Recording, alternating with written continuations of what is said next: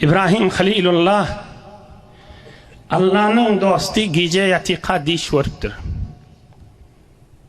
Ra'a mu'alacete zebhi ve lem yara enhârad dem kâlehul alusi. Gece dişinne bağrı bağlası olan İsmail Can'ın damağın çalıptı.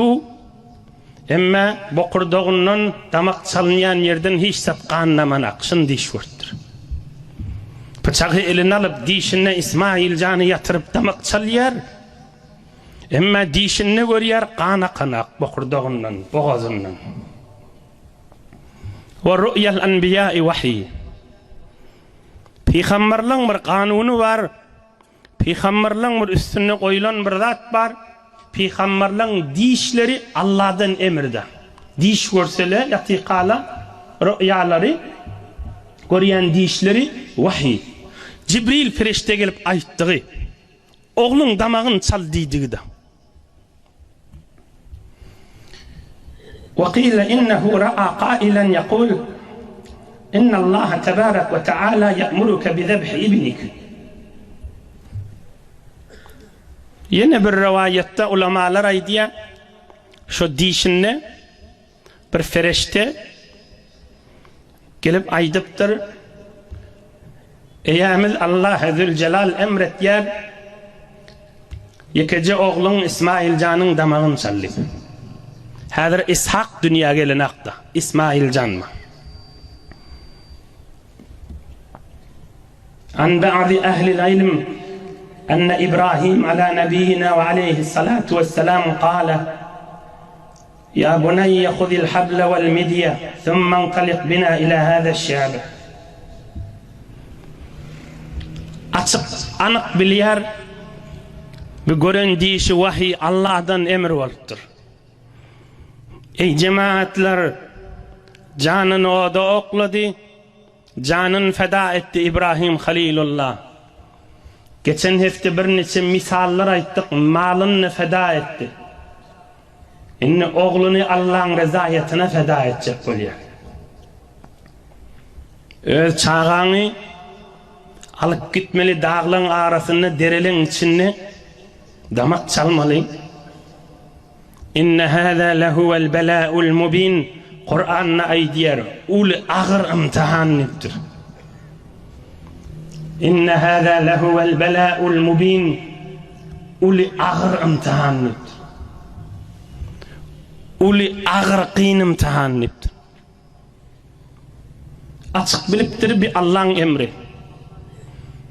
Erti bilen Türkmen sağaman ördü diye erti bilen Türk kuşluk vakti gündağından sonra canlı kol bir keskir bıçak bilen bir tanap al gideyil dere kaşın gittir. Şeytan vurunu verdir. Şu vurun ekser ulamaların nazarına Mekke-i Mukerremen Mina Şerif'te çadırda 2-3 gün şotada kaldılar. Şotada bolan yağdayışı.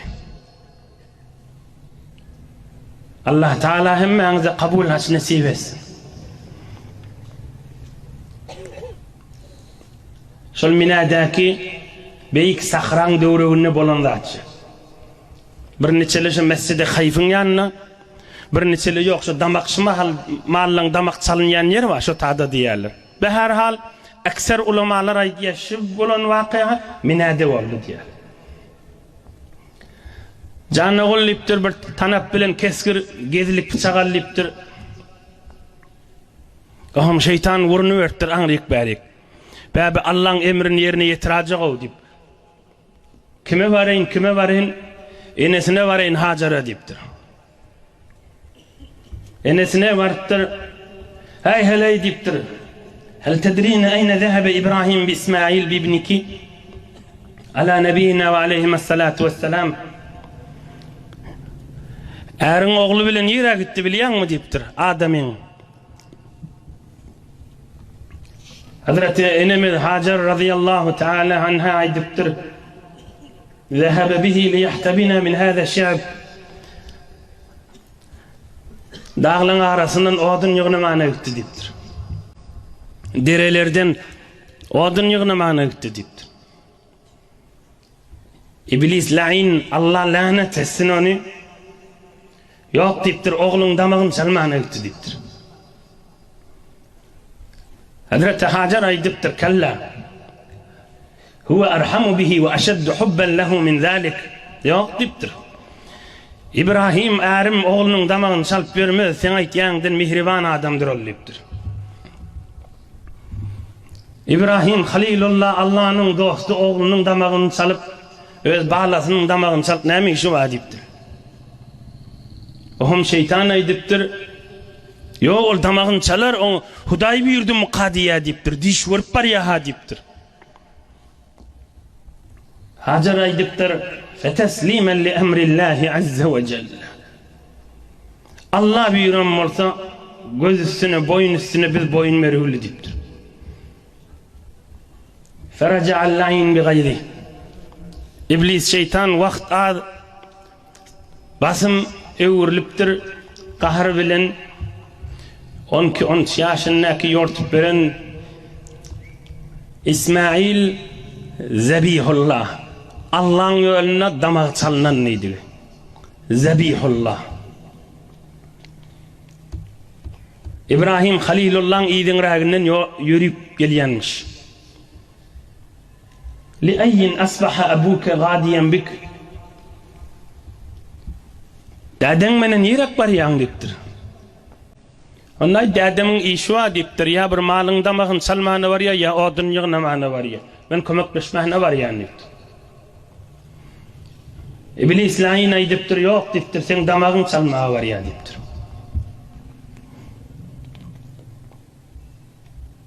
Ma kana abi liyadbahani. İsmail can aydiptir. Dadım men damağım çalıp vermez diptir. Annel mel'un molan İblis aydiptir. Ola Huday buyurdu dip. Huday buyurdu mukadiye diptir. İsmail can aydiptir. Fesemen ve ta'ah. Eşittim billim diptir. Tamam diptir. Baş üstüne Allah buyursa damağım çalsın diptir. İblis şeytan tamasını ödüp Allah'ın dostu İbrahim Halilullah'a görünüptür. Görünüm boyuna İbrahim Halilullah biliptir, bunu vasvas eder. Oğlunu yüreğine uymaya mı diyer, hulası görürün tafar Allah'dan dili bir imtihandan beni çıkar diyer. Hulası görürün tafar deyip 7 tane daş alıp belleptir. Şeytan gidiptir. Anırrak baranda yeni görünüptür, yeni belleptir. Şeytan kaçıptır. Anırrak baranda yeni görünüptür, yeni belleptir. Hacıları 3 yerde 7-7'den daşat yani İbrahim Halilullah İblis-i la'in Allah'ın ve Müslümanlığın düşmanı olan şeytanı bellerliği sebebiyle. Bir 3 dakika işte gurrunu değilin ilmini yani tezde hacılar da vacip olan daşatmak remyül cemarat değiller keyif edip Allah'ını zikredip şeytanı atanırlar. Şeytanın vasvasasının biri adamı daşatıptıqa fikrine getiriyen zadının biri nemi oyun yağlı yönü daş bellep durmalı şeytan mamme geriştadı deyip şunlar da şeytan vasvas ettiği da kaytaydın hacıları daşatıptı şeytan şu tadı da yine adamları vasvas ettiği Müslümanları bu tadı şeytan yok ki bu tadı duracak mı nemi kaçık gider de özün bir Müslümanların arasında belli edip duracak mı bir oyun yanık yönü daş bellep durmalı özün ağırlamak gibi deyip sen şu daş atmanda ciddi çının menen daş attırman evine geçecek bolup yalandan daş attıracak bol yerde. Şu fikrin özü de şeytan vasvas ettiği yerde. Müslüman daş at yer şeyler İbrahim Halilullah İbrahim Allah'ın dostu şeytanı görüp daş atansan o Allah'ın buyruğunu yerine getiriyor. Hemen bir adam şeytanı şitada tutup daş bilen vurundan Doğurşun mağrayından vuranınna o tada daş atması şeytana qatanrak degiyada. Son Hudaýyň buyrugyny tutupty belli. Misal aýdyn, Safa Marwa arasynda Hazreti Hajar suw tapjak bolup ýortypdyr. Bu mahal suw otady, zemzem suw akypdy. Näme diýip ýortypbaň diýen ýaly bolar onda. Allah'ın buyruğunu yerine getirmeden çirip. Biz şol daş atmada da bir wagtda şimdi näme diýip biz atyp duýup sorasalar ya gurrun bolsa ya ýürege şeytan waswasa etse eýemiz Allah'ın buyruğu şol İbrahim Halilullah şeytan iştahdy görüp atyp Allah'ın buyruğu fettabi' millete İbrahim hanife İbrahim Halilullah'ın ýzyna düşdi edenini etdi ya Hudaý Taala Muhammed peýgambere aleyhissalatu vesselam. Ve şonun içinde daş atılýardy. Ve şu atılýan daş şeytanyň öz maňraýyndan vuran daşyňdan gatynrak diýýärdi. Hudaýyň buyrugyny ýerine ýetirýärdi. İbrahim Halilullah daşlary atdy.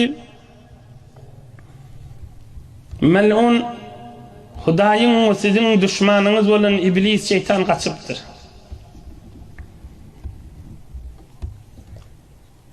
القرآن الكريم أيديار سورية صافات أعوذ بالله من الشيطان الرجيم فلما بلغ معه السعي قال يا بني إني أرى في المنام أني أذبحك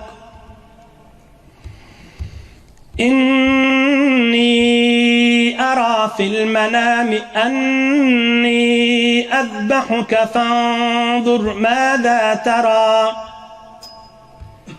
قال يا أبت افعل ما تؤمر ستجدني إن شاء الله من الصابرين.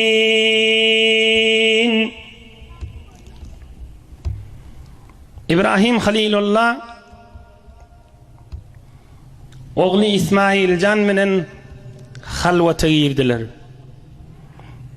Deren içine damak çalınmalı yere vardılar. Aham yuvaşlık bilen oğluna vakib aydiptir. Ya bunayya inni ara fil manami anni azbahuka. Can oğulliptir. Mena dişimde sen damağın çalyanlıktır. Fanzur mâzâ tara. Göre oğul näme diýen sen niptir. Aýny manasy.